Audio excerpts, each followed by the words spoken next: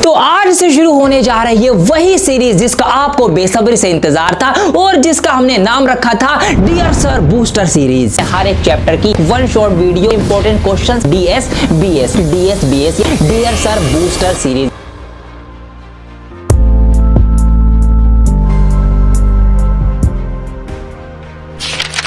Last video जो मैंने आपके लिए बनाई थी, जहां मैंने आपको बताया था कि प्री बोर्ड में एग्जैक्टली क्या करना है, और वहीं मैंने आपसे पूछा था कि अगर आपको pre board special one shot series चाहिए तो कमेंट करना, और यहां पर आपने कमेंट्स की लाइन लगा दी कि यस सर वी वांट डीएसबीएस। तो इसीलिए आज से हम शुरू करते हैं, और अभी से शुरू करते हैं ये सीरीज जिसके अंदर आपकी प्री बोर्ड को ध्यान में रखते हुए पूरी तैयारी होगी और बोर्ड एग्जाम का रिवीजन भी हो जाएगा। क्या बात है सर, क्या बात है सर, क्या बात, ये बात है। तो आइए शुरू करते हैं फटाफट। क्या क्या चीजें कैसे कैसे होंगी सब कुछ बताऊंगा, क्वेश्चंस भी सॉल्व करवाऊंगा, एग्जांपल भी सॉल्व करवाऊंगा, सारी की सारी चीजें आप यहां से बिल्कुल कंप्लीट सीख के जाएंगे। तो नोटबुक और पेन लेकर बैठ जाइए घर के एक तरफ एक कोने में जाकर बहुत तगड़ी प्री बोर्ड की तैयारी करने के लिए। तो सबसे पहले समझ लेते हैं एजेंडा क्या है इस पूरी सीरीज का। तो मेरी प्लानिंग ये है कि हर एक वीडियो में एक चैप्टर फुल्ली वन शॉट रहेगा, जिसमें उस चैप्टर का कॉन्सेप्ट में क्लियर करवाऊंगा बहुत आसान तरीके से, इंग्लिश मीडियम के लिए भी और हिंदी मीडियम के लिए भी। फिर हम क्वेश्चंस लेंगे, अपने examples, MCQs, short answer, long answer, जिस टाइप के क्वेश्चंस उस चैप्टर में से बन सकते हैं उस टाइप के क्वेश्चंस की अच्छी खासी प्रैक्टिस भी हो जाएगी इसी एक वीडियो में। मतलब वीडियो देखकर आपका पूरा चैप्टर तैयार हो जाएगा कि बस आप जाएंगे एग्जाम में और धुएं उड़ाकर आ जाएंगे। तो आइए स्टार्ट करते हैं। सबसे पहले पहला यूनिट जो आपका नंबर सिस्टम है, जिसके अंदर जो आपका पहला ही जो चैप्टर है वो है रियल नंबर्स, यानी वास्तविक संख्याएं। इस चैप्टर की बात आज की इस वीडियो में हम करेंगे। इस चैप्टर से रिलेटेड जितनी भी चीजें हैं सब सिखाऊंगा, उनके ऊपर कैसे क्वेश्चंस आते हैं प्री बोर्ड एग्जाम में और बोर्ड एग्जाम में वो क्वेश्चन भी सॉल्व कर लेंगे लगे हाथों आज ही वीडियो में। तो इंपॉर्टेंट वीडियो है, ध्यान से पूरी वीडियो देखिएगा। अब इस चैप्टर की अगर हम बात करें रियल नंबर की, वास्तविक संख्याओं की, तो दो ही चीजें यहां पर आपको सीखनी है, बहुत सिंपल है। क्या क्या चीजें हैं? एक है आपकी फंडामेंटल थ्योरम ऑफ अरिथमेटिक और दूसरा है आपका प्रूफ ऑफ इरेशनैलिटी ऑफ √2, √3 और √5। बस ये दो चीजें आपने सीख ली, सारे क्वेश्चंस इन्हीं के ऊपर बनेंगे। तो क्वेश्चंस कैसे बनते हैं यहां पर आपको एक आइडिया भी दिया गया है कि आपसे प्रूफ करवाया जाएगा कि √2 एक इरेशनल नंबर है, √3, √5 या इस तरीके से प्लस वाले भी, और आपकी फंडामेंटल थ्योरम ऑफ अरिथमेटिक रहेगी विद एग्जांपल। तो आइए फटाफट से स्टार्ट करते हैं इस चैप्टर के इन्हीं दो कॉन्सेप्ट के साथ, बिकॉज कॉन्सेप्ट इज पावर। तो आइए सबसे पहले सीखते हैं कि फंडामेंटल थ्योरम ऑफ अरिथमेटिक क्या होती है, कैसे इसको समझाना है, क्या इसके अंदर से सवाल बनते हैं, सब कुछ क्लियर करते हैं। सो फंडामेंटल थ्योरम ऑफ अरिथमेटिक यहां पर आपके लिए लिख दी गई है और हिंदी मीडियम वालों के लिए भी है। हिंदी मीडियम वालों बिल्कुल घबराने की आपको जरूरत नहीं है, सारी चीजें बिल्कुल क्रिस्टल क्लियर होंगी। अगर अभी तक भी इस चैप्टर में आप जीरो हैं तो इस सीरीज के बाद हीरो बन के जाएंगे, एक एक डाउट क्लियर होगा। सबसे आसान भाषा में क्लियर करने वाला हूं। तो आइए देखते हैं फंडामेंटल थ्योरम ऑफ अरिथमेटिक, या हिंदी में जिसको अंक गणित की आधारभूत प्रमेय कहा जाता है, ये क्या कहती है। ये थ्योरम ये कहती है कि प्रत्येक भाज्य संख्या को अभाज्य संख्याओं के गुणनफल के रूप में व्यक्त किया जा सकता है। क्या बात समझ में आई? कुछ भी नहीं आई होगी, अभी समझाता हूं एक एक चीज क्लियर। दो वर्ड यहां पर यूज हुए हैं, अगर आप वर्ड्स पे ध्यान दें, एक हुआ है भाज्य संख्या और एक हुआ है अभाज्य संख्या। बस अगर आपने ये दोनों संख्याएं, ये दोनों नंबर, कंपोजिट नंबर और आपने ये प्राइम नंबर कहा गया, ये सीख लिए या इनके बारे में आपको पता है, बस समझ लो ये थ्योरम आपको आती है। यस, क्या होता है पहले इसी को हम समझ लेते हैं। तो सबसे पहले आपको मैं प्राइम नंबर का थोड़ा सा एक इंट्रोडक्शन देना चाहूंगा, अगर आपको नहीं पता या आप भूल गए हो तो आपको पता चल जाएगा। प्राइम नंबर, या जिसको हिंदी में आप बोलेंगे अभाज्य संख्या, ठीक है जी, इसको आप समझ लो क्या है। ये वो नंबर है जो सिर्फ और सिर्फ 1 से डिवाइड होंगे या अपने आप से खुद से डिवाइड होंगे, ऐसे सभी नंबरों को हम प्राइम नंबर कहते हैं या फिर अभाज्य संख्या कहते हैं, कि जिनको हम भाग नहीं कर सकते। जैसे कि एग्जांपल के तौर पर मैंने नंबर लिया 3। अब ये जो 3 है ये सिर्फ और सिर्फ 1 से डिवाइड हो सकता है, ठीक है, 1 या 3 होते हैं, या ये 3 जो है सिर्फ और सिर्फ 3 यानी खुद से डिवाइड हो सकता है, 3 एकम 3 होते हैं। इसके अलावा ये नंबर किसी और से डिवाइड नहीं होगा। एक और नंबर ले लेता हूं 17। अब ये 17 को आप डिवाइड करने चलो जरा, किस किस से डिवाइड होगा? सिर्फ और सिर्फ 1 से डिवाइड होगा, ठीक है जी, 1 17 17 होते हैं। या ये 17 सिर्फ खुद से डिवाइड होगा क्योंकि 17 एकम 17 होते हैं, इसके अलावा कोई भी एक नंबर आप लाके दिखा दो जो इसको डिवाइड कर दे, है ही नहीं कोई। तो ऐसे नंबर जो सिर्फ और सिर्फ खुद से या फिर 1 से डिवाइड हो, ऐसे नंबरों को हम प्राइम नंबर यानी अभाज्य संख्या बोलते हैं, क्योंकि इन नंबर्स को कोई और दूसरा डिवाइड नहीं कर सकता। ठीक है जी, ये बात क्लियर है। इसका एक और तरीका है कहने का, एक तरीका ये है कि दोज नंबर, वो नंबर जिनके सिर्फ और सिर्फ 2 ही फैक्टर हों। अब यहां पे देखिए, इसका ये एक फैक्टर है, ये एक फैक्टर है, इसका ये एक फैक्टर है, ये एक फैक्टर है, इनके अलावा कोई और फैक्टर है ही नहीं। ऐसा कोई नंबर कि जो सिर्फ अपने आप से डिवाइड होता हो और 1 से डिवाइड होता हो, वो प्राइम नंबर है। तो ये प्राइम नंबर हो गए। अब समझ लो कंपोजिट नंबर यानी भाज्य संख्या। बस पूरा चैप्टर क्लियर है यहीं पर, यहीं 2 मिनट में ही। देखिए कंपोजिट हिंदी में है भाज्य, मतलब ऐसे नंबर, ऐसी संख्याएं जो भाग हो सके, जो भाज्य हो सके। एग्जाम्पल के लिए मैं लेता हूं, यहां पर मैंने एग्जाम्पल लिया 10। अब अगर मैं देखूं 10 किस किस से डिवाइड हो सकता है, किस किस से भाग हो सकता है, तो 10 जो है वो 1 से डिवाइड हो जाएगा। ठीक है, 1 धाम 10 होते हैं। यही 10 जो है वो अपने आप से भी डिवाइड हो जाएगा, 10 एकम 10 होते हैं। लेकिन ये 10 और भी नंबरों से, और भी दूसरी संख्याओं से डिवाइड होता है। जैसे कि ये जो 10 है ये 2 से भी डिवाइड हो जाएगा, 2 पंजे 10 होते हैं। ये जो 10 है ये 5 से भी डिवाइड हो जाएगा, क्योंकि 5 दूनी 10 होते हैं। एक और नंबर लेते हैं, एक नंबर लिया मैंने यहां पर, लेट सपोज मैंने लिया 16। अब 16 किस किस से डिवाइड होगा, तो 1 से तो सारे ही नंबर डिवाइड होते हैं, तो 1 से डिवाइड हो जाएगा। ये जो 16 है ये 16 अपने आप से भी डिवाइड हो जाएगा, 16 एकम 16। अब लेकिन ध्यान देखो, प्राइम से अलग है ये और भी नंबरों से डिवाइड हो रहा है। कैसे? इस 16 को हम 2 से भी डिवाइड कर सकते हैं, 2 अट्ठे 16। इस 16 को हम 4 से भी डिवाइड कर सकते हैं, 4 चौक 16। इसी 16 को हम 8 से भी डिवाइड कर सकते हैं, 8 दूनी 16। यस, तो यहां पर यही फर्क है। प्राइम नंबर में क्या था कि वो सिर्फ 1 से डिवाइड हो रहे थे, और किससे? अपने आप से डिवाइड हो रहे थे। 1 से डिवाइड हो रहे थे, अपने आप से भी डिवाइड हो रहे थे, तो वो प्राइम थे, उनके 2 ही फैक्टर थे। लेकिन composite number are those number जो कि 1 से और अपने आप से तो डिवाइड हो जाए, लेकिन उसके अलावा वो और दूसरे नंबरों से भी डिवाइड हो जाएं। तो ऐसे नंबर्स जो 1 से और अपने से डिवाइड होने के अलावा भी दूसरे और नंबरों से डिवाइड होते हों, भाग होते हों, उनको कंपोजिट नंबर कहा जाता है।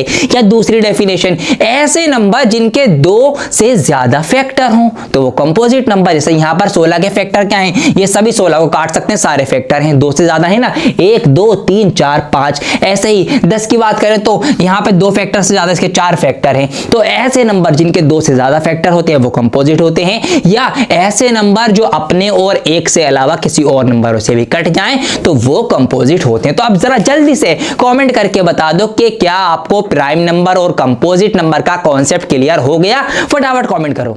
वेरी गुड, समझ गए, बहुत अच्छी बात है। जल्दी से अपने आप को शाबाशी दे दो। अब आपको थ्योरम भी समझ में आ गई। बस अब थ्योरम जो है वो यही कह रही है, थ्योरम ये कह रही है कि किसी भी कंपोजिट नंबर को, किसी भी भाज्य संख्याओं को प्राइम नंबर्स की, प्राइम नंबर यानी अभाज्य संख्याओं की मल्टीप्लाई में, उनके गुणनफल में, उनके प्रोडक्ट के फॉर्म में लिखा जा सकता है। ये कह रही है थ्योरम। किसी भी कंपोजिट नंबर को आप इस तरीके से प्राइम नंबरों की मल्टीप्लाई गुणा कराकर लिख सकते हैं। कैसे? एग्जांपल देकर समझाता हूं। जैसे कि ये 10 जो है ये एक भाज्य संख्या है, कंपोजिट नंबर है, मैंने आपको समझाया अभी। तो इस 10 को अगर मैं लिखना चाहूं मल्टीप्लाई करके नंबर्स की फॉर्म में, तो मैं कैसे लिख सकता हूं? मैं लिख सकता हूं 2 पंजे 10, 2 मल्टीप्लाई बाय 5, 2 into 5। ठीक है जी। इसी तरीके से अगर मैं 16 को लिखना चाहूं मल्टीप्लाई की फॉर्म में नंबरों के साथ, तो मैं लिख सकता हूं 2 दूनी 4, दूनी 8, दूनी 16। मैं इस तरीके से लिख सकता हूं। कोई और नंबर ले लीजिए, लेट सपोज मैंने यहां पे नंबर ले लिया 20, तो मैं 20 को लिख सकता हूं 2 दूनी 4 और 4 पंजे 20। इस तरीके से मैं लिख सकता हूं। तो ये है हमारे सारे क्या? Composite number. ये सब तो है जी कंपोजिट नंबर। इनको मैंने लिखा है किस फॉर्म में? मल्टीप्लाई की फॉर्म में। लेकिन जरा ध्यान दो, नजर मारो। क्या नजर मारना है? ध्यान से देखो यहां पर नंबर कौन से हैं। ये सारे के सारे नंबर्स क्या आपको प्राइम नंबर नहीं नजर आ रहा है? आप खुद देखो ध्यान से, ये जो 2 है, ये जो 5 है, ये क्या है? 2 भी एक प्राइम नंबर है, क्योंकि 2 जो है वो सिर्फ और सिर्फ 1 से डिवाइड होगा या अपने आप से डिवाइड होगा। क्या ये नंबर 2 किसी और से डिवाइड हो सकता है? नहीं हो सकता। इट मींस ये एक प्राइम नंबर है। इस 5 पे नजर मारो, क्या ये 5 जो है ये 1 और 5 के अलावा किसी और नंबर से भाग हो सकता है? क्या नहीं हो सकता। इट मींस ये भी एक प्राइम नंबर है। तो यहां पर आप देखिए खुद कि हम किसी भी कंपोजिट नंबर को प्राइम नंबर्स की मल्टीप्लाई की फॉर्म में लिख सकते हैं। कोई भी नंबर, बड़े से बड़ा कंपोजिट नंबर भी इस तरीके से आप लिख सकते हैं। थ्योरम यही कह रही है। बस अब थ्योरम पढ़ो, अब समझ में आएगा। थ्योरम क्या कह रही है हिंदी में देखिए, प्रत्येक भाज्यीय संख्या को, हर एक भाज्यीय संख्या को, हर एक कंपोजिट नंबर को अभाज्यीय संख्याओं के एक गुणनफल, अभाज्यीय मतलब प्राइम नंबर के एक गुणनफल मल्टीप्लाई के रूप में व्यक्त किया जा सकता है।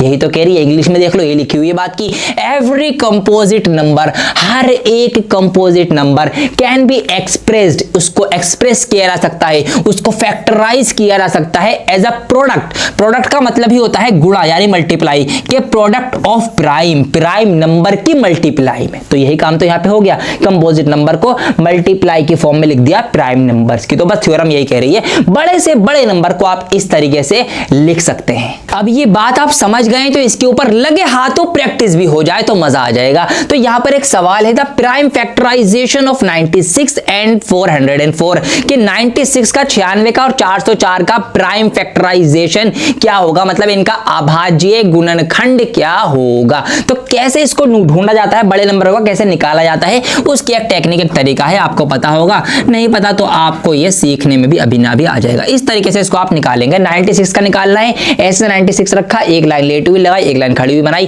क्या करना है आपको, सबसे छोटे नंबर से इसको डिवाइड करना शुरू करना है, सबसे छोटे नंबर से। ठीक है, मैं इस तरीके से ये लेक्चर पढ़ा रहा हूं कि मैं ये मान रहा हूं कि अगर कोई बिल्कुल जीरो है मैथ्स के अंदर, कुछ भी नहीं आता, तो वो भी सीख कर जाए। तो बिल्कुल बेसिक लेवल से मैं यहां पे समझाता हुआ चल रहा हूं। तो सबसे छोटा नंबर यहां पर क्या है, 2 है। 2 से हम शुरुआत कर सकते हैं इसकी। अब यहां से 2 से डिवाइड करेंगे तो 2 चौक 8, 4 बार ये डिवाइड होगा, 2 चौक 8। अब 8 आ गया, ऊपर है हमारे पास 9, माइनस करेंगे कितना बचेगा, 1 बचेगा। वो एक आगे चला जाएगा तो इस 6 में इसको 7 लगकर 16 बना देगा। तो फिर हम अगला पहाड़ा पढ़ेंगे 2 अट्ठे 16। तो इस मतलब से इसको हमने डिवाइड कर दिया। फिर से देखेंगे क्या 2 से डिवाइड हो रहा है, क्या नहीं हो रहा है, तो अच्छी बात है, दोबारा कर दो। तो 2 से दोबारा डिवाइड करेंगे तो 2 दूनी 4, 2 चौक 8 हो गया। फिर से देखेंगे 2 से डिवाइड हो रहा है या नहीं हो रहा, तो यहां पे हो रहा है ये, तो 2 एकम 2, 2 दूनी 4 कर देंगे। इस तरीके से आप आगे बढ़ाते चले जाएंगे। 2 से डिवाइड करेंगे, 2 से अगर डिवाइड होना बंद हो जाए, फिर 3 देखो, फिर 4, फिर 5, फिर 6, इस तरीके से आपको डिवाइड करते हुए चले जाना है।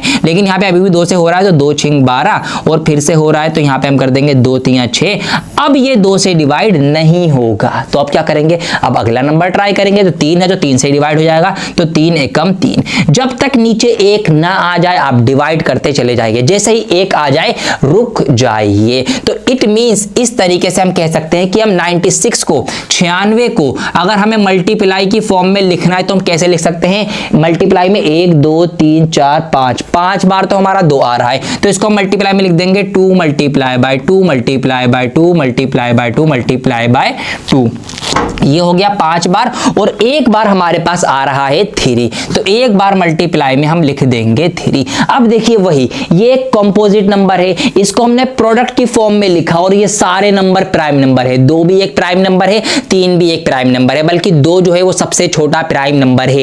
ये बात ध्यान रखना, कई बार सवाल डायरेक्ट आ जाता है, द स्मॉलेस्ट प्राइम नंबर कौन सा है, एमसीक्यू में आता है, तो 2 बता देना। इसको थोड़ा शॉर्ट में लिखना है तो आप इस तरीके से लिख सकते हैं कि 2 जो है वो 5 बार लिखा हुआ है, तो 2 की पावर आप 5 कर दीजिए, 2 की पावर 5 मल्टीप्लाई बाय 3। आप इसको इस तरीके से भी लिख सकते हैं। तो ये आ गई इसकी प्राइम फैक्टराइजेशन या फिर अभाज्य गुणनखंड, जहां पे ये मल्टीप्लाई में है, ठीक है, गुणनफल है इसके, और ये कौन से नंबर हैं, सारे के सारे अभाज्य नंबर हैं। 404 में करवाने जा रहा हूं, लेकिन लगे हाथों आप भी प्रैक्टिस शुरू कर दो। आप कॉपी पेन लेके खाली बैठने के लिए नहीं बिठाला, प्रैक्टिस होगी, हाथों हाथ होगी, वीडियो देखते हुए होगी। चलो जी 404 यहां पे करेंगे। तो सबसे पहले सबसे छोटे नंबर से स्टार्ट करते हैं। 2 से के डिवाइड हो रहा है, हमें दिख रहा है यहां पर ये। तो 2 दूनी 4, 0 का 0 एज इट इज आ जाएगा, 2 दूनी 4, 202 हो गया। फिर से 2 से डिवाइड हो जाएगा, तो बस करते चले जाओ, स्पीड भी बनाने की अपनी आदत डालो, ठीक है, ज्यादा सोचना नहीं है इन चीजों में। तो 2 एकम 2, 0 का 0, 2 एकम 2, 101। बस अब ये 2 से डिवाइड नहीं होगा क्योंकि लास्ट में जो है वो एक ऑड नंबर आ गया। अब हम क्या करेंगे, 101 को देखो, क्या 3 से हो रहा है, नहीं हो रहा, क्या 4 से हो रहा है, नहीं, 5 6 7 8। अब आप ट्राई करते रहो भैया, नहीं होगा। क्यों?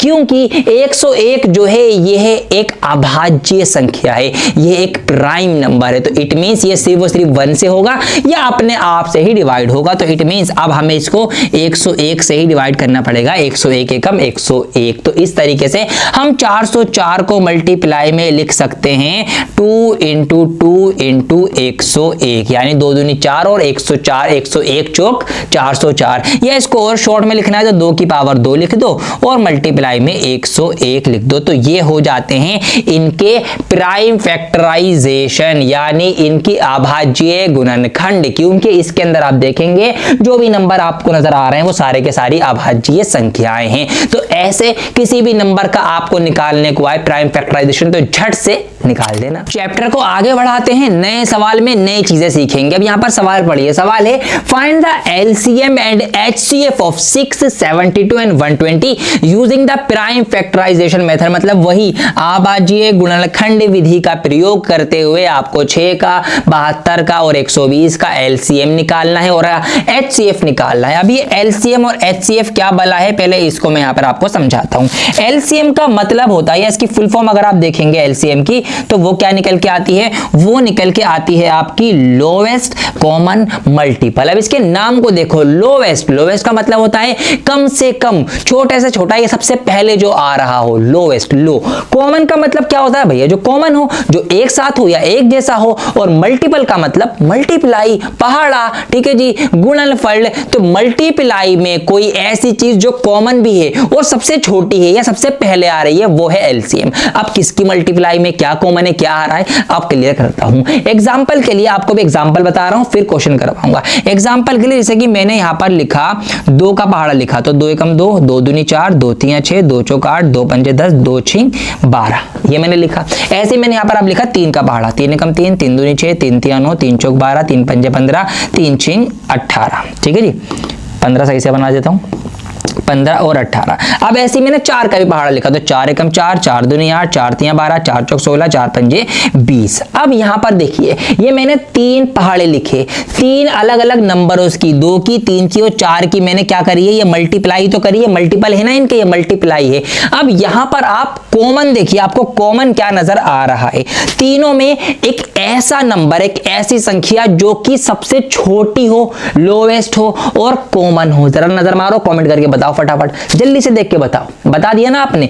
अब देखो आपको नजर आ रहा होगा यहाँ पे सबसे छोटा जो कॉमन हो, सबसे पहले नजर आ रहा हो वो क्या है। यहाँ पर अगर आप देखेंगे 4 के पहाड़े में नजर मारेंगे तो 12 इसमें भी है, 3 के पहाड़े में नजर मारेंगे सबसे पहले 12 हमें यहाँ भी नजर आ रहा है, 2 के पहाड़े में भी नजर मारेंगे तो 12 नजर आ रहा है। तो 12 जो है वो एक ऐसा नंबर है जो तीनों में कॉमन है, ठीक है जी, तीनों के मल्टीपल में है, तीनों के मल्टीपल में है, कॉमन है और लोवेस्ट है, सबसे छोटा है, सबसे पहले आ रहा है। क्या आप खुद देखो, मुझे बताओ, क्या 12 से पहले कोई ऐसा नंबर है जो तीनों के पहाड़े में आ रहा हो? कोई भी ऐसा नंबर नहीं है ना। देखिए आप खुद देखिए, आपके सामने है, 12 से पहले कोई भी ऐसा नंबर नहीं है जो तीनों में कॉमन आ रहा हो। तो इट मींस 12 ही वो सबसे छोटा, लोवेस्ट, कॉमन जो सब में है और मल्टीपल है, मल्टीप्लाई में। तो हम ये कह सकते हैं कि 2 का, 3 का और 4 का लोवेस्ट कॉमन मल्टीपल यानी एलसीएम जो होता है वो कितना होता है, 12 होता है। समझ में आ गई बात। तो ऐसे आपको एलसीएम निकालना है, ये मैंने आपको समझा दिया। तो यहां पर अब हम यही करेंगे, 6, 72 और 120 का एलसीएम निकालेंगे। अब देखिए कैसे निकलेगा, मजा आएगा। तो एलसीएम निकालेंगे अब 6, 72 और 120 का। कैसे?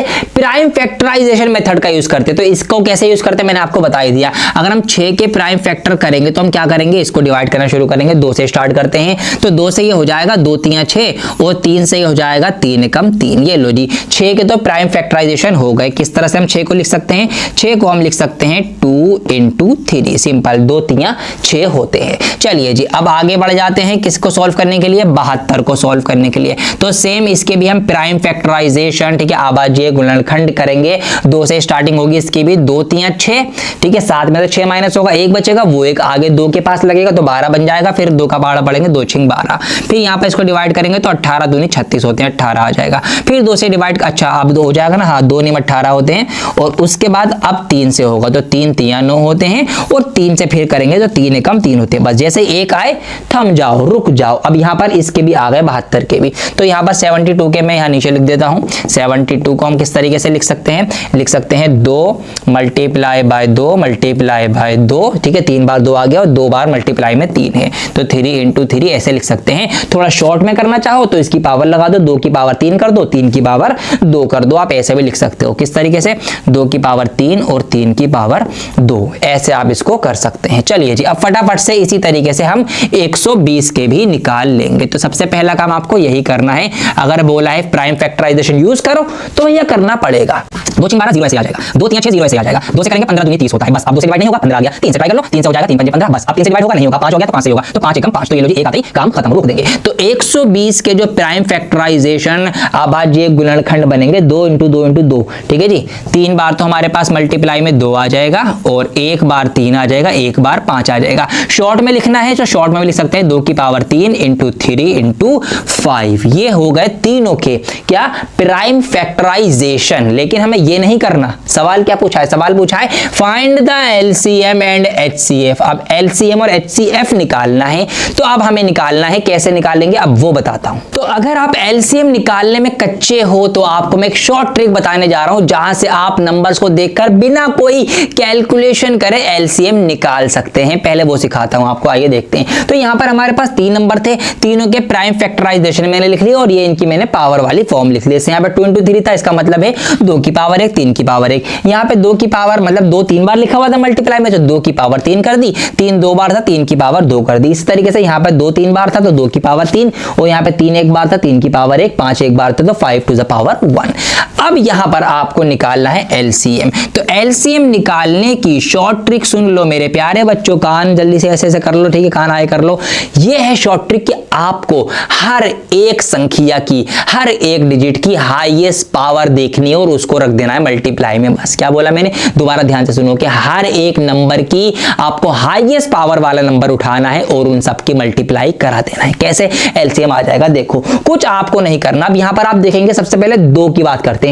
तो 2 की इस सब में देखो हाईएस्ट पावर कितनी नजर आ रही है? यहां पर 2 की पावर 1 है, यहां पर 3 है, यहां पर 3 है, तो 2 की हाईएस्ट पावर कितनी है? 3 है। तो बस आपको एलसीएम निकालने के लिए 2 की हाईएस्ट पावर 3 रखना है, मल्टीप्लाई। अब 3 है ना अगला नंबर, 3 को देखो, 3 की हाईएस्ट पावर पे नजर मारो, 3 की पावर 1 है, 3 की पावर 1 है, 3 की पावर 2 है, ये रही 3 की हाईएस्ट पावर। तो यहां पर इसकी हाईएस्ट पावर वाला नंबर लिख दो मल्टीप्लाई में। अब अगला नंबर क्या है? 5 है, तो 5 की हाईएस्ट पावर 1 ही है, 5 इसी में है, तो 5 की हाईएस्ट पावर 5 ही है। बस इसकी मल्टीप्लाई करा दोगे, एलसीएम निकल के आ जाएगा। तो यहाँ पे 2 की मल्टीप्लाई करेंगे 3 बार, 2 दूनी 4, 4 दूनी 8, तो ये आपका आ जाएगा 2 का क्यूब 8, 3 का स्क्वायर क्या होता है? 9, और 5 आपका ये रहा। इनकी मल्टीप्लाई करा देंगे, 8 9 72, और 72 पंजे 5 दूनी 10, 5 आपका हो जाएगा कितना? 360 हो जाएगा, 5 7 35 और 1 36, तो 360।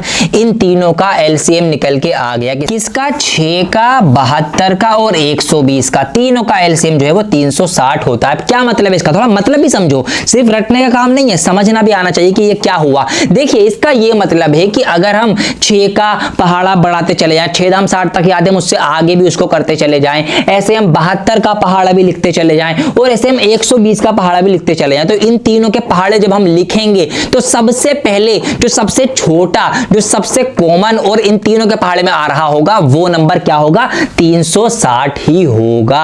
जैसे इस तरीके से अभी हमने इसमें करा था ना, यहाँ पे जो 3 सवाल हमने 3 नंबर मैंने आपको एग्जांपल के लिए समझा दिया कि सबसे छोटा सबसे पहले जो नंबर आएगा कॉमन, इसी तरीके से इन तीनों पहाड़ों की या इन तीनों नंबर्स के भी सबसे पहले 360 ही हमें कॉमन मिलेगा। तो इसीलिए ये इनका एलसीएम है। कैसे निकालना है? ट्रिक मैंने आपको बता ही दी है कि आपको पावरों की हाईएस्ट पावर उठा लेनी है हर एक डिजिट की। जैसे यहाँ पे में 2 3 5 थे तो सबकी हमने हाईएस्ट पावर उठा ली। बाकी एलसीएम का कॉन्सेप्ट और इसकी शॉर्ट ट्रिक डिटेल में सीखना चाहते हो कि नंबर को देखते ही बता दो एलसीएम क्या होगा, तो इसके लिए मैंने बहुत पहले ये वीडियो बनाई थी, लाखों करोड़ों लोग इसको देख के फायदा उठा चुके हैं। तो एलसीएम की शॉर्ट ट्रिक वाली ये वीडियो देख लेना, बहुत काम आएगी। अब जितने प्यार से और जितने आसान तरीके से एलसीएम का कॉन्सेप्ट मैंने सिखाया है, बिल्कुल इसी तरीके से एचसीएफ भी सिखाऊंगा। एचसीएफ की अगर हम फुल फॉर्म की बात करें इंग्लिश में तो बोला जाता है हाईएस्ट कॉमन फैक्टर, मतलब सबसे बड़ा, हाईएस्ट ज्यादा से ज्यादा जो कि कॉमन हो और जो फैक्टर हो। क्या मतलब है, अब दिखा के समझा देता हूं। तो जो हमारे सवाल के नंबर हैं मैं इन्हीं नंबर्स को ले लेता हूं आपको ये बात समझाने के लिए। ये मैंने इनको यहां से उठाया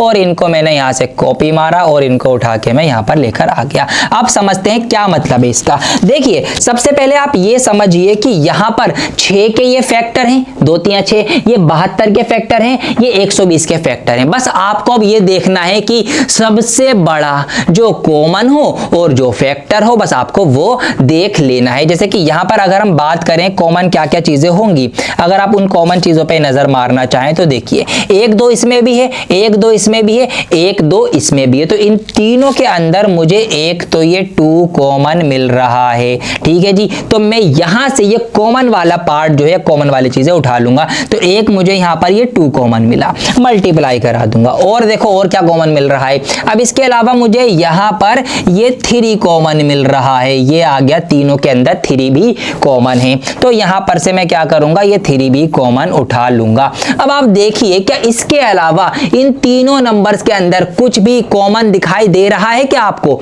आपको इसके अलावा कुछ भी कॉमन नजर आ रहा है या नहीं आ रहा? नहीं आ रहा, ऑब्वियस सी बात है। बस 2 कॉमन था हमने उठा लिया, 3 कॉमन था हमने उठा लिया। तो 2 3 क्या होते हैं, 6 होते हैं। तो भैया बस इन तीनों नंबर्स का मतलब 6 का, 72 का और 120 का हाईएस्ट कॉमन फैक्टर जो है वो 6 है। मतलब 6 एक ऐसा नंबर है जो इन तीनों के फैक्टर में सबसे बड़ा नंबर है। ये आपको ध्यान रखना है, ये है। इसको आप थोड़ा सा और समझ लो, कैसे समझाता हूं। देखिए आप 6 के फैक्टर लेंगे तो 6 किसके से डिवाइड होगा, 1 से और 6 से डिवाइड होगा। इसी तरीके से अब 6 से बड़ा कोई भी अगर हम दूसरा नंबर ले लें वो 72 और 120 को तो डिवाइड कर देगा, लेकिन फिर वो 6 को थोड़ी डिवाइड कर पाएगा। भाई 6 से कोई बड़ा नंबर 6 को डिवाइड कर सकता है क्या? कोई नहीं सकता, पॉसिबल ही नहीं है। ऐसा तो 6 हो सकता है या उससे छोटा हो सकता है। तो इट मींस 6 ही वो ऐसा नंबर है, 6 ही वो नंबर है जो कि इनका हाईएस्ट कॉमन फैक्टर होगा। तो बस एचसीएफ निकालना सिंपल है। आपको उन नंबर्स के प्राइम फैक्टराइजेशन में जो भी कॉमन नजर आए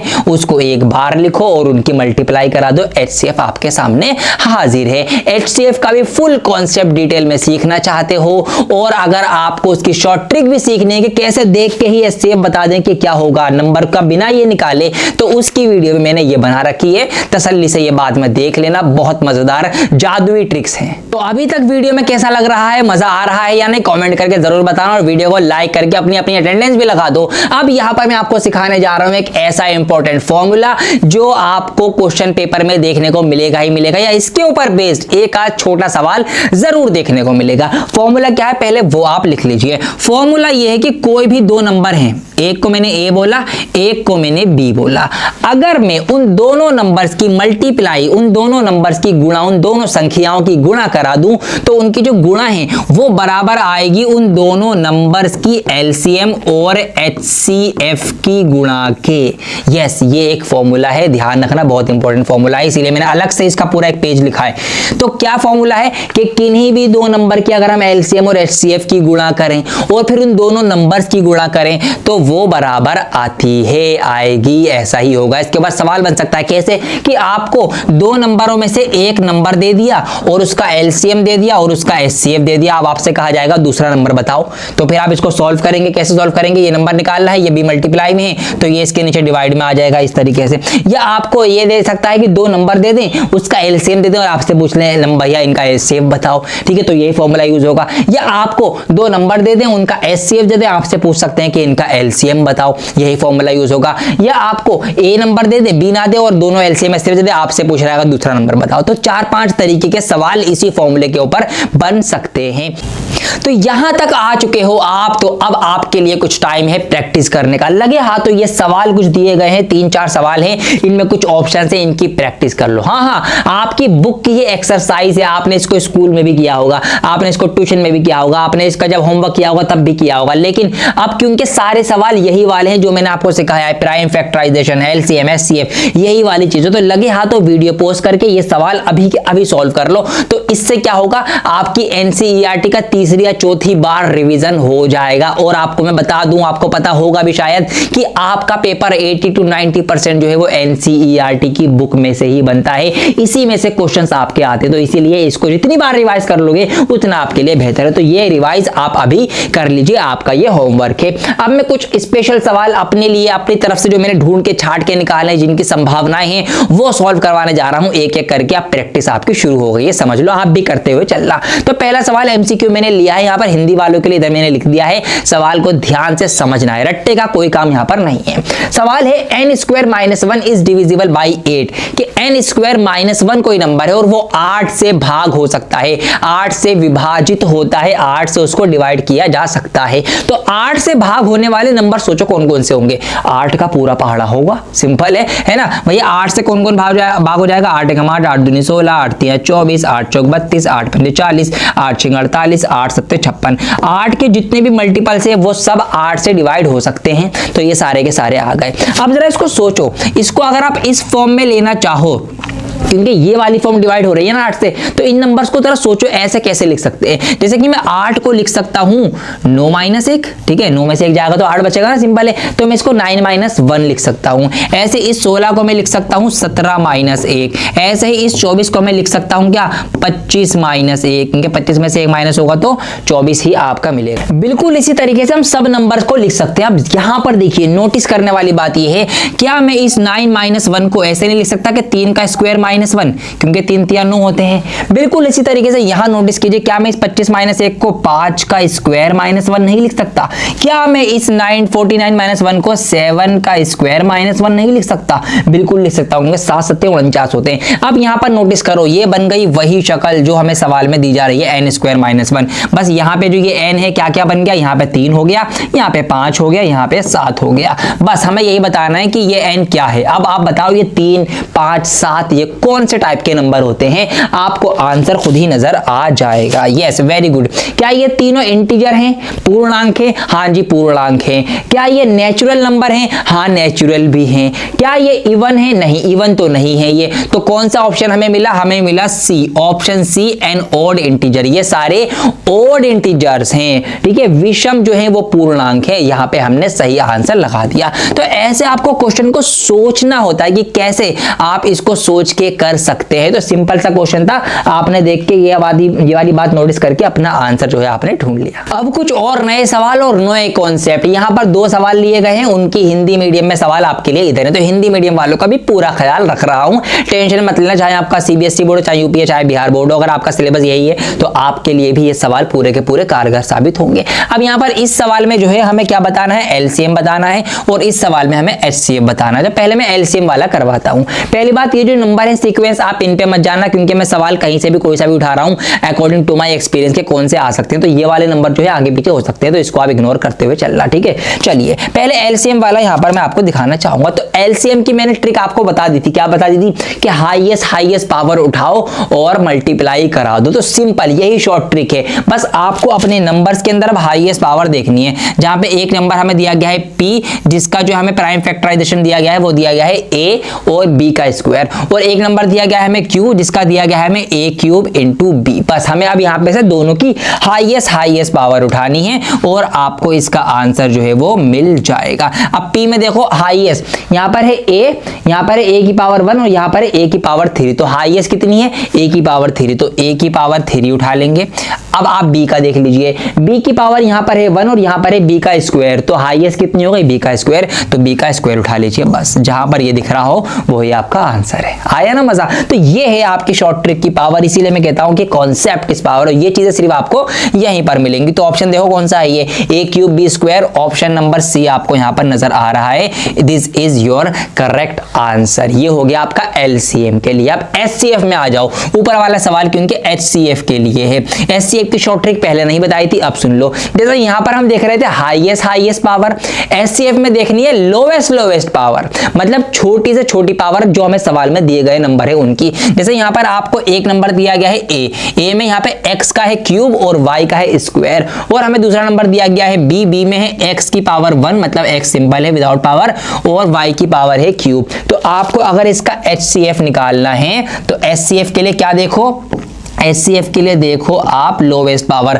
अब यहाँ पे x की पावर क्यूब है, यहाँ पे x की पावर 1 है, दोनों में छोटी कौन सी है 1 वाली, तो यहाँ पर x आ जाएगा अकेला, मतलब x की पावर 1 वाला। y को कंपेयर करो, y की पावर 2, y की पावर 3, कम पावर कौन सी है, y की पावर 2 वाली पावर कम है, तो यहाँ पर आ जाएगा आपका y का स्क्वायर। तो बस इसका आंसर हो गया XY स्क्वायर। कौन सा ऑप्शन नजर आ रहा है आपको, ऑप्शन नंबर बी नजर आ रहा है XY का स्क्वायर। तो ये इसकी शॉर्ट ट्रिक है। ध्यान कैसे रखना है शॉर्ट ट्रिक में, कंफ्यूज ना हो जाओ, दोनों अलग अलग हैं, कैसे याद रखना है देखो, इनके नाम से एंटी है शॉर्ट ट्रिक, मतलब नाम की उल्टी। यहां पर एलसीएम में आ रहा है वर्ड लोवेस्ट, ठीक है, तो हमें इसकी शॉर्ट ट्रिक ढूंढने के लिए हमें क्या देखना है, पावर हाईएस्ट देखनी है, और यहां पर इसके नाम में आ रहा है हाईएस्ट, लेकिन हमें एचसीएफ निकालने के लिए पावर लोवेस्ट देखनी है। तो हाई एचसीएफ के लिए छोटी पावर, एलसीएम के लिए बड़ी पावर, नाम के उल्टे हमें यहां पे चलना है। तो इस तरीके से सवाल अगर आपके आ जाए, एलसीएम निकलवाए एचसीएफ निकलवाए, दोनों की शॉर्ट ट्रिक मैंने बता दी। इसी बात पे वीडियो लाइक कर दो। एवरेज कैसे रह जाता है और टॉपर कैसे बनता है, वो फर्क आपको दिखाऊंगा इस सवाल से।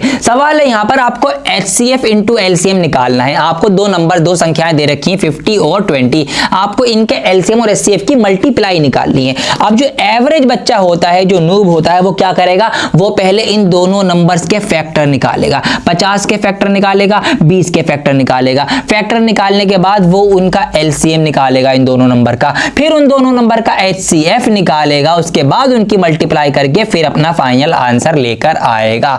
अब वो एमसीक्यू में एक नंबर के सवाल में काफी सारा टाइम इन सब चीजों को करके गवा चुका होगा। अब यही बात आती है एक टॉपर की, एक डियर सर के स्टूडेंट की, जहां पर मैं आपको सिखाता हूं शॉर्ट ट्रिक।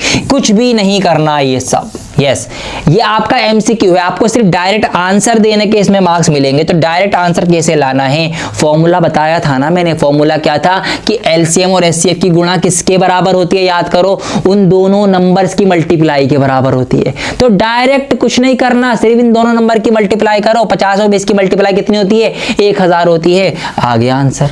देखा आपने, कुछ भी नहीं करना, कोई एलसीएम कोई एचसीएफ निकालने की जरूरत ही नहीं है, क्योंकि हमें उनकी मल्टीप्लाई बतानी है और एलसीएम और एचसीएफ की मल्टीप्लाई दो नंबर्स की गुणा के बराबर होती है। तो आपको बस ये करना है, 50 और 20 की मल्टीप्लाई करा देनी है, 5 दूनी 10, 10 के आगे 2 जीरो लग जाएंगे, आपका 1000 आंसर आ जाएगा। कैसे लगे शॉर्ट ट्रिक कमेंट करके बताना। फॉर्मूले बेस्ड के ऊपर ही एक और प्रैक्टिकल सवाल अब आया है, इंग्लिश मीडियम के लिए, हिंदी मीडियम के लिए। दो संख्याओं का एचसीएफ यानी महत्तम समावर्तक 27 है और उनका एलसीएम यानी लघुत्तम समावर्तक 162 है। यदि इनमें से एक संख्या 54 है तो दूसरी संख्या ज्ञात कीजिए। आप देखिए क्या क्या पता है, आपको पता है एलसीएम, आपको पता है एचसीएफ। एलसीएम कितना दिया गया है आपको, एचसीएफ जो है वो 27 है और एलसीएम जो है वो 162 है।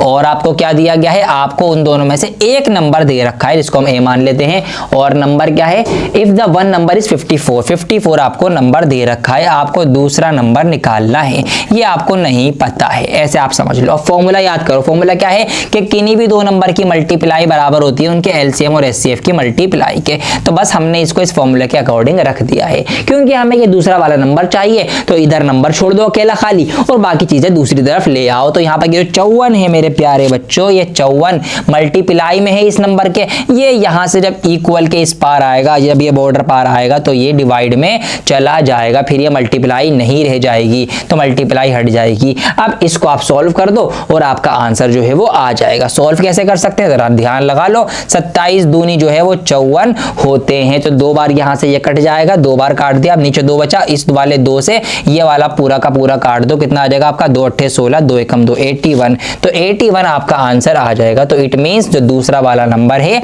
वो कितना है आपका, 81 है। तो आपका आंसर आ जाएगा अनदर नंबर, या फिर दूसरा नंबर जो है या दूसरी संख्या जो है वो 81 है। ऐसे लिख देना, क्योंकि आपको इसको सॉल्व करके दिखाना पड़ेगा। ये थोड़ा 2 नंबर का है, 3 नंबर का सवाल है। सिंप्लीफिकेशन का एक सवाल है, बहुत से बच्चों को सरल सरलीकरण करने में दिक्कत होती है, मतलब कैसे सिंपल किया जाए, हमें इसको सॉल्व करके ये बताना है क्या ये इर्रेशनल है, क्या फिर ये रैशनल नंबर है, परिमेय संख्या है या अपरिमेय संख्या है, ये आपको बताना है। तो आइए इसको डायरेक्ट पहले सॉल्व करते हैं। तो इसको थोड़ा सा मैं ऊपर ले जाता हूं। अब इसको कैसे कैसे सॉल्व कर सकते हैं, देखिए अंदर यहां पर इसके जो रूट में है वो है 45, तो 45 को भी हम थोड़ा सा इसको खोल के लिख सकते हैं। कैसे, अगर आप इसके फैक्टर करने चलेंगे 45 के, तो कैसे 3 से करेंगे आप, 3 से जाएगा ये 15 बार, फिर 3 से जाएगा ये 5 बार और फिर 5 से जाएगा ये 1 बार। तो 3 × 3 × 5 इसको हम लिख सकते हैं। ठीक है जी, हम इसको क्या कर सकते हैं 3 × 3 × 5 लिख सकते हैं, प्लस लगा देंगे 3। ऐसे ही हम 20 को भी थोड़ा खोल के लिख सकते हैं। जैसे आप 20 को खोलेंगे फैक्टर की फॉर्म में तो 2 धाम 20 होता है, 2 पंजे 10 होता है और 5 एकम 5 होता है। तो 2 × 2 × 5 आप इसको ऐसे खोल सकते हैं, 2 × 2 × 5। हमने दोनों को ओपन कर दिया है। इस पूरे के नीचे 2√5 चल रहा है तो 2√5 एज इट इज लिख देंगे। अब समझिए बात समझने की ये है मेरे प्यारे बच्चों, यहाँ पर 2 बाहर लिखा हुआ है। अब यहाँ पर देखिए एक पेयर बन रहा है 3 × 3 और ये रूट में है, अंडर रूट में है। तो जब इसको हम रूट से बाहर निकालेंगे तो ये क्या आएगा, इसमें से एक ही 3 बाहर आएगा। ये आपको ध्यान देना है क्योंकि इसका मतलब क्या है, इसका मतलब है 3 × 3 = 9। क्या मतलब है 3 × 3 = 9। और जब हम 9 का अंडर रूट निकालते हैं तो वो कितना होता है, वो 3 ही तो आता है, क्योंकि 3 का स्क्वायर क्या होता है, 3 का स्क्वायर होता है 3 × 3 = 9। तो 9 का अंडर रूट क्या आएगा, 9 का अंडर रूट आएगा 3। तो क्योंकि हम यहाँ पर 3 × 3 यानी 9 को रूट से बाहर निकाल रहे हैं तो सिर्फ 3 निकलेगा, रूट हट जाएगा उसके ऊपर से। तो यहां पर से 3 जो है वो बाहर आ गया और अंदर सिर्फ और सिर्फ रह गया रूट का 5। ये बात क्लियर हो गई। बिल्कुल इसी तरीके से यहाँ पर ये 3 बाहर पहले से बैठा हुआ है, इसको बैठा रहने दो। यहाँ पर देखिए 2 का जोड़ा बन रहा है, मतलब 4 बन रहा है। तो 4 को जब हम बाहर निकालेंगे, रूट में से रूट खत्म करेंगे तो 4 का रूट होता है 2। तो यहाँ पर इसके साथ मल्टीप्लाई में 2 बाहर आ जाएगा और यहाँ भी रूट में सिर्फ और सिर्फ 5 रह जाएगा। ठीक है, और इस पूरे के नीचे 2√5 तो चल ही रहा है, चलाते रहो, कोई दिक्कत की बात नहीं है। अब इसको थोड़ा सा आप आगे फर्दर सॉल्व करेंगे तो ये हो जाएगा आपका 2 × 3 = 6√5, ये हो गया आपका 6√5 और ये हो जाएगा आपका कितना 3 दूनी 6, यहाँ पर भी आ जाएगा आपका 6√5। ये आपका इस तरीके से नंबर बन गया। अब यहाँ पर आप नजर मारेंगे इसके नीचे जो है वो 2√5 चल ही रहा है और ऊपर भी कहीं ना कहीं में दोनों में √5 कॉमन मिल गया। तो √5 से √5 अब कैंसिल आउट किया जा सकता है। तो हम अगले स्टेप में यही करेंगे, हम दोनों का √5 जो है वो बाहर निकाल लेंगे और नंबर्स को मैं अलग कर लूंगा। तो ये मैंने अलग कर लिया √5 और नंबर्स मैंने अलग कर लिए और नीचे था 2√5। अब ये नीचे ऊपर 2√5 आ गए ना दोनों, तो अब ये √5 से √5 कैंसिल आउट हो जाएगा क्योंकि दोनों मल्टीप्लाई में है ऊपर एक दूसरे से और ऊपर नीचे है डिवाइड में, तो डिवाइड में होने की वजह से दोनों कैंसिल आउट हो गए। अब ले दे के हमारे पास क्या बचा, सिर्फ ऊपर बचा 6 + 6 जो कि होता है आपका 12, नीचे आपका 2, ये कट जाएगा 2 से 6 बार। तो ले दे के हमें 6 मिल गया। अब ये 6 है, ये क्या है, 6 कोई इरेशनल नंबर तो नहीं है। इरेशनल नंबर कौन से होते हैं, ज्यादातर जो रूट वाले होते हैं, non terminating, non repeating, but ये है हमारे पास 6 है। तो 6 क्या है, एक रैशनल नंबर है। तो हम इसका आंसर दे देंगे 6 आंसर आया, 6 इज द रैशनल नंबर। तो यहां तक पहुंचते पहुंचते आपकी फंडामेंटल थ्योरम ऑफ अरिथमेटिक और इससे रिलेटेड जो भी चीजें होती हैं, एलसीएम हो गया, एचसीएफ हो गया, ये थ्योरम हो गई, प्राइम नंबर, कंपोजिट नंबर, इनके ऊपर based questions, word problem, each and everything मैंने आपको करवा दी है। कुछ क्वेश्चंस खुद भी करवाए हैं, कॉन्सेप्ट समझाए हैं, प्रैक्टिस के लिए भी क्वेश्चंस दिए हैं और भी दूंगा, तैयारी करते रहना। अब दूसरी चीज जो है इसके अंदर वो है आपकी प्रूफ ऑफ इर्रेशनैलिटी ऑफ √2, √3 या √5। एग्जाम में ऐसे सवाल जरूर आते हैं कि √2 को इर्रेशनल प्रूफ करो, √3 को इर्रेशनल प्रूफ करो, √5 को इर्रेशनल प्रूफ करो। तो आइए इसको कैसे याद रखना है, क्योंकि ये पूरा रिटन बेस्ड क्वेश्चन है, लिखावट वाला सवाल है। बच्चे इसका रट्टा मार लेते हैं, भूल जाते हैं और फिर अटक के गलत लिख के आ जाते हैं। कैसे इसको सही लिखना है, लॉजिकल लिखना है, वो मैं आपको सिखाऊंगा। चलिए इस टाइप के सवाल को हम लेते हैं। √2 से ही मैं एग्जांपल आपके लिए लेना जो है वो शुरू करता हूं। नए पेज से शुरुआत करते हैं। इस सवाल के डर से परमानेंटली आजाद होना चाहते हो तो बस 5 मिनट ध्यान से देख लो। हमें यह साबित करना है कि √2 जो है वो इर्रेशनल है या √2 जो है वो अपरिमेय है। अब यहाँ पे √2 की जगह √3 भी आ सकता है या √5 भी आ सकता है, बट कैसे करेंगे, देखिए आपको इसका उल्टा मानना है। हमसे पूछा है कि इर्रेशनल साबित करो, तो हम ये मानेंगे कि ये रैशनल है, फिर अपनी इस बात को हम गलत साबित कर देंगे तो भी जो बात थी वो रह जाएगी कि ये इर्रेशनल है। तरीका क्या होगा, तरीका बताता हूं। इंग्लिश में लिखवा रहा हूं, हिंदी वालों के लिए भी आता रहेगा, बताता रहूंगा। देखिए हमें ये मानना है, लेट अस एज्यूम, हम ये मान के चलते हैं कि, ठीक है जी, let us assume on the contrary, on the contrary that root 2 is rational। ठीक है जी, हिंदी वाले क्या लिखेंगे बताता हूं। हिंदी वाले लिखेंगे कि हम विपरीत मान के चलते हैं कि √2 जो है वो परिमेय संख्या है। ऐसे आप हिंदी में इसको लिखेंगे, उल्टा मान रहे हैं, विपरीत मान रहे हैं, कॉन्ट्रेरी मान रहे हैं। ठीक है जी, हमने मान लिया। अब जब हमने ये माना है कि √2 एक रैशनल नंबर है, तो इसका मतलब इसको हम बटे की शक्ल में लिख सकते हैं। ठीक है जी, बटे की शक्ल में इसको लिख सकते हैं। तो √2 को हम लिख सकते हैं, √2 को हम लिख सकते हैं किसकी शक्ल में, बटे की शक्ल में, a/b की शक्ल में, क्योंकि किसी भी रैशनल नंबर को, परिमेय संख्या को बटे की शक्ल फ्रैक्शन में दिखाया जा सकता है। तो हमने इसको भी दिखा दिया और इसको मेंशन करेंगे। क्या मेंशन करेंगे, हम क्लियर करेंगे कि ये a और b क्या है। तो आप आगे लिखेंगे एक्स्ट्रा में इसके आगे कि वेयर, कि जहां पर ये a और b जो है, a and b are coprime, ये जो है, ये दोनों जो है ये को-प्राइम है, को-प्राइम है, और एंड, और क्या, और b is not equal to 0, वो b जो है वो 0 के बराबर नहीं है, क्योंकि अगर नीचे 0 आ गई तो ये फ्रैक्शन खत्म हो जाएगी, फ्रैक्शन खत्म हो जाएगी तो ये रैशनल नंबर ही नहीं रहेगा, रैशनल नंबर खत्म हो जाएगा। लेकिन हम तो ये कह रहे हैं कि ये रैशनल है, तो भैया नीचे b नहीं, b मतलब b की जगह नीचे डिनोमिनेटर में 0 नहीं होना चाहिए। और एक वर्ड आया यहाँ पे, ध्यान दो, ये वर्ड बहुत इंपॉर्टेंट है पूरे इस सवाल को सॉल्व करने में। वर्ड आया आपका को-प्राइम, कि ये जो नंबर है ये को-प्राइम है। को-प्राइम का मतलब क्या होता है वो समझो शॉर्ट में। यहां पर को-प्राइम नंबर्स ऐसे नंबर्स को कहते हैं जिन नंबर्स का या जिन जोड़ों का, जिन नंबर्स का HCF जो होता है वो कितना होता है, 1 होता है। जिन दो नंबर्स का HCF 1 होगा वो आपके को-प्राइम नंबर्स कहलाएंगे। जैसे कि फॉर एन एग्जांपल मैंने यहां पर लिखा 3 एंड 4, इन दोनों का HCF आप अगर निकालेंगे तो 1 आएगा, तो 3 और 4 जो है वो को-प्राइम नंबर्स हैं। मैंने एग्जांपल के लिए लिखा 7 और 8, ये दोनों जो है वो को-प्राइम है, क्योंकि इनका HCF 1 आएगा। तो ये है। अब यहां पर बच्चे कंफ्यूज क्या होते हैं, आपकी गलतियां और कंफ्यूजन भी बताता हूं, आपकी नादानियां। बच्चे कहते हैं कि सर यहां पर तो 4 और 8 आ रहा है, और 4 और 8 तो प्राइम नहीं होते, ये तो इवन नंबर है, कट जाते हैं। तो मेरे प्यारे बच्चों, इनको अलग अलग नहीं देखना। को प्राइम में इवन भी हो सकते हैं, ओड भी हो सकते हैं, सब हो सकते हैं, लेकिन जब हम दोनों जोड़ों की बात कर रहे हो तो उनका HCF जो है वो 1 होना चाहिए। अब वो नंबर प्राइम हो, प्राइम तो होगा ही आपका 7 वगैरह, वो इवन ओड ये वाले भी हो सकते हैं, बस उन दोनों का HCF अगर 1 आ रहा है, सिर्फ 1 ही कॉमन फैक्टर है, तो वो को-प्राइम कहलाएंगे। ठीक है जी, ये बात आपको ध्यान में रखनी है। अब ये मैंने इतनी लंबी कहानी राम कथा क्यों सुनाई, क्योंकि यही आगे यूज होगी हमारी बात को गलत साबित करवाने में, इसलिए बताइए। चलिए जी, इतना काम हो गया, अब आगे बढ़ते हैं। अब ये सब चीजें हो गई, अब हम क्या करेंगे, इस B को लेके जाएंगे इधर।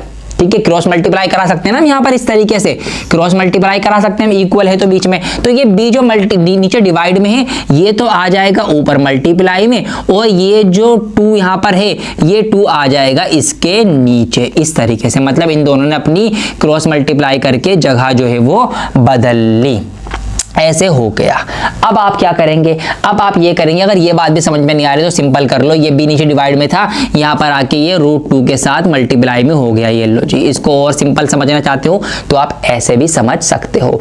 अब आप करेंगे इन दोनों साइड का स्क्वायर, आप लिखेंगे, क्या लिखेंगे, ऑन स्क्वायरिंग बोथ साइड, यहाँ पे ब्रैकेट में लिख सकते हैं, इसके नीचे लिख सकते हैं on squaring both the side. ठीक है, हमने दोनों ही तरफ जो है स्क्वायरिंग कर दी, स्क्वायर कर दिया बोथ साइड्स। चलिए जी करते हैं, कैसे करेंगे। अब यहां पर जब स्क्वायर करेंगे तो √2 का स्क्वायर करेंगे तो इसका रूट हट जाएगा, खाली 2 रह जाएगा। B का स्क्वायर करेंगे, B का स्क्वायर हो जाएगा, A का स्क्वायर करेंगे, A का स्क्वायर हो जाएगा, ये हो गया। अब ये 2 इधर मल्टीप्लाई में है, इसको उधर भेज दो, डिवाइड में चला जाएगा, तो B स्क्वायर यहीं रह जाएगा, और ये हो जाएगा आपका A स्क्वायर डिवाइड बाई 2। अब एक बात समझो, बात ये समझनी है कि इस 2 ने A स्क्वायर को डिवाइड कर दिया। हम यही बात लिखेंगे, क्या बात लिखेंगे, कि क्योंकि A square is divisible by 2, A square is divisible by 2, तो देयरफॉर अब क्या होगा, a is also divisible by 2, a is also divisible by 2। क्या मतलब है इसका, अभी समझाता हूं। इसका मतलब ये है कि अगर कोई नंबर 100 को डिवाइड कर रहा है, लेट सपोज कोई नंबर है वो 100 को डिवाइड कर रहा है, तो वो इसके रूट को भी यानी 10 को भी डिवाइड कर सकता है। ठीक है, ये चांसेस हैं, ये पॉसिबिलिटीज हैं। जैसे कि अगर मैं एग्जांपल के लिए लूं, दो जो है वो 100 को डिवाइड कर रहा है, तो 2 इसके रूट को यानी 10 को भी डिवाइड करेगा। ऐसे आपको इसको समझना है, ऐसे आपको इसको सोचना है। तो जब ये जो 2 है ये ए स्क्वायर को डिवाइड कर रहा है या ए स्क्वायर 2 से डिवाइड हो रहा है, तो भैया फिर 2 भी डिवाइड होगा। ये चीज आपको क्लियर रखनी है। अब इतना लिख लिया। अब इसके बाद आप क्या करेंगे, इसके बाद फिर आप कुछ और यहां पे मानेंगे कि लेट अस, आप क्या करते हैं, ए की जगह कुछ और रख के ट्राई करते हैं। तो ए की जगह आप रख के ट्राई करते हैं 2c, क्योंकि हमें √2 प्रूफ करना है, तो c की फॉर्मेट में आप इसको रखेंगे 2 के साथ। ठीक है, let us 2c is equal to a या a is equal to 2c। अब यहां पर ये जो आपकी इक्वेशन थी ये रही, इसमें a की जगह पर 2c रख के ट्राई कीजिए। तो ये हो जाएगा आपका √2b बराबर a की जगह आ जाएगा आपका 2c। अब फिर से जब आप इसका स्क्वायर करेंगे तो वही ये आपका 2 हो जाएगा, ये आपका b स्क्वायर हो जाएगा, ये आपका 2 दूनी 4 हो जाएगा, ये आपका c का स्क्वायर हो जाएगा। इस तरीके से चीजें कुछ हो जाएंगी। ठीक है जी। और क्या कर सकते हैं, यहां पर आप ये करेंगे, इस 4 को आप बाद में नीचे ले आएंगे। इसके यहाँ पे अगले स्टेप में मैं दिखा देता हूं, इसके बाद की स्टेप में यहां दिखा देता हूं। ये 4 मल्टीप्लाई में है, ये नीचे डिवाइड में आ जाएगा। तो यहां पर 2b square upon 4 is equal to c का स्क्वायर है जाएगा। 2 से ये कट जाएगा तो नीचे आपका आ जाएगा 2, तो ये आ जाएगा आपका b square divide by 2 is equal to c। अब यही बात हम फिर से लिखेंगे। कौन सी बात, ये वाली बात जो यहां लिखी थी कि क्योंकि b square is divisible by 2, b square is divisible by 2, क्योंकि b स्क्वायर 2 से डिवाइड हो गया, तो भैया इसका मतलब ये है कि b भी 2 से डिवाइड हो जाएगा। b is also divisible by 2। बस खेल खत्म, सारा खेल, सारा निचोड़ आ चुका है। क्या निचोड़ आ गया, अब बात को समझो। यहां पर हमने ये देखा कि ये जो 2 है, ये जो नंबर 2 है, ये a को भी डिवाइड कर रहा है और ये b को भी डिवाइड कर रहा है। ये नंबर 2 दोनों को डिवाइड कर रहा है। यहां पर इसने a को डिवाइड करा और यहां पर इसने b को भी डिवाइड कर दिया। लेकिन ऐसा नहीं हो सकता। क्यों नहीं हो सकता, क्योंकि हमने तो ये माना है कि a और b जो है वो तो कोप्राइम है, a और b कोप्राइम है। a और b का जो HCF है वो 1 आना चाहिए। लेकिन इसका मतलब ये है कि अगर 2 इन दोनों को डिवाइड कर रहा है तो 2 भी तो इनका फैक्टर हुआ है ना। और हमने क्या माना है कि इनका फैक्टर सिर्फ 1 होना चाहिए या इनका HCF सिर्फ 1 होना चाहिए। ये हमको यहां पर बताना था। अब इसका मतलब अगर ये दोनों 2 से भी डिवाइड हो रहे हैं तो 2 भी इनका फैक्टर है, जो कि हमारी ही कही बात को गलत साबित करता है, क्योंकि हम तो कह रहे हैं a और b कोप्राइम है, लेकिन दोनों 2 से कट गए, मतलब एक के अलावा भी किसी और नंबर से कट गए, डिवाइड हो रहे हैं। इसका मतलब ये कोप्राइम नहीं है। इसका मतलब हमारी मानी हुई बात ही गलत साबित हो गई। तो इसीलिए हमने जो माना था कि √2 जो है वो रैशनल है, ये बात गलत साबित हो गई हमारी। तो √2 जो है वो फिर रैशनल नहीं है, वो इरैशनल है। तो बस एंड में आपको यही बातें लिख देनी है। इंग्लिश वाले इंग्लिश में लिख देंगे, हिंदी वाले हिंदी में लिख देंगे। मैंने लिख भी दिया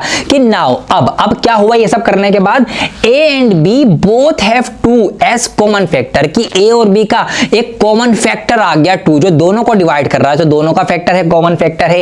and this contradict the fact, और इसने हमारी इस बात को गलत साबित कर दिया या उल्टा साबित कर दिया कि a और b आर कोप्राइम, क्योंकि हमने तो ये माना था a और b आर कोप्राइम, इस बात को इसने उल्टा या गलत साबित कर दिया। तो इसलिए क्या हो गया, so our assumption is wrong, के जो हमने एज्यूम किया था, हमने जो माना था कि ये जो है √2 इज रैशनल है, ये गलत है, ये गलत साबित हो गया, ये जो हमने माना था। तो देयरफॉर एट द एंड आप लिख देंगे √2 इज इरैशनल। तो इस वजह से √2 जो है वो एक इरैशनल नंबर है। ऐसे आपने ये बात को गलत साबित करके दोबारा सवाल साबित कर देना है। अब अगर इसमें आ जाए √3 इज रैशनल, पूरा कॉपी पेस्ट होगा, सेम रहेगा, एक जगह एक चेंज होगा। आप यहाँ पे √3 लिखेंगे, ये सब सेम चलेगा, यहाँ स्क्वायर करेंगे तो 3 का रूट हट के 3 रह जाएगा, सारी चीजें सेम की सेम चलेंगी। बस चेंज कहाँ होगा, जो आप बाद में किसी और इंटीजर के लिए से हमने 2 था तो 2 था तो हमने 2c माना, अगर आप √3 प्रूफ कर रहे होंगे तो आप यहाँ पे a is equal to 3c consider कर लेंगे। जब आप 3 का स्क्वायर करेंगे तो वो 9 हो जाएगा, वो डिवाइड होकर फिर से 3 से डिवाइड होगा, तो यहाँ भी 3 से डिवाइड होगा, यहाँ भी 3 से डिवाइड होगा, फिर 3 वाली बात हो जाएगी। ऐसे ही अगर √5 प्रूफ कर रहे होंगे तो यहाँ पर आप क्या करेंगे, 5 का स्क्वायर हो जाएगा तो 25 बन जाएगा, और यहाँ पे फिर आप रखेंगे 5c तो स्क्वायर बनके 25 हो जाएगा, फिर वो 5 से डिवाइड करेगा, यहाँ भी 5 से डिवाइड होगा, यहाँ भी 5 से डिवाइड होगा, फिर भी सेम बातें चलेंगी। बाकी सब कुछ एज इट इज सेम आपको लिखना है। बस यहाँ पे 2 में 2 है, 3 में 3 कॉमन फैक्टर आएगा, 5 के में 5 कॉमन फैक्टर आएगा, इस तरीके से चीजें प्रूफ हो जाएंगी। तो √2 √3 √5 आ जाए, बता दिया है, सेम है, कर लेना। अगर इसी के दूसरी टाइप बन जाए, इस टाइप की जहां पर रूट के साथ कुछ प्लस या माइनस में नंबर दिए गए होते हैं और इसको साफ से इरेशनल प्रूफ करवाया जाए या इसको साबित करवाया जाए तो क्या तरीका है। पहली बात, ये वाला सवाल और ज्यादा आसान है और नंबर पूरे ही देखे जाएगा, 3 नंबर में आता है। कैसे करेंगे समझ लो, तरीका वही है, हमें इसका विपरीत मानना है। तो हिंदी वाले तो यही लिखेंगे कि हम इसके विपरीत मानते हुए ये मान लेते हैं कि 5 - √3 जो है वो एक परिमेय है या इरेशनल नंबर है। इंग्लिश वाले लिखेंगे कि let us assume to the contrary, हमने इसका उल्टा माना कि 5 - √3 इज रैशनल। अब जब ये रैशनल है तो इसको हम बटे की शक्ल में लिख सकते हैं, a/b की शक्ल में लिख सकते हैं, फ्रैक्शन की बटे की शक्ल में लिख सकते हैं। लिख दिया हमने इसको a/b के बराबर। जहां पर ये लिखना सबसे ज्यादा जरूरी है कि where a and b are coprime, a और b जो है वो कोप्राइम है और b जो है वो इक्वल टू 0 नहीं होना चाहिए। अब जब ये बटे की शक्ल में इसको आगे पीछे करते हैं, ये जो a/b है ये इक्वल के उस तरफ है, जब ये इक्वल के इस तरफ आएगा तो ये प्लस का a/b माइनस का a/b बन जाएगा, तो इधर आके ये हो गया माइनस का a/b।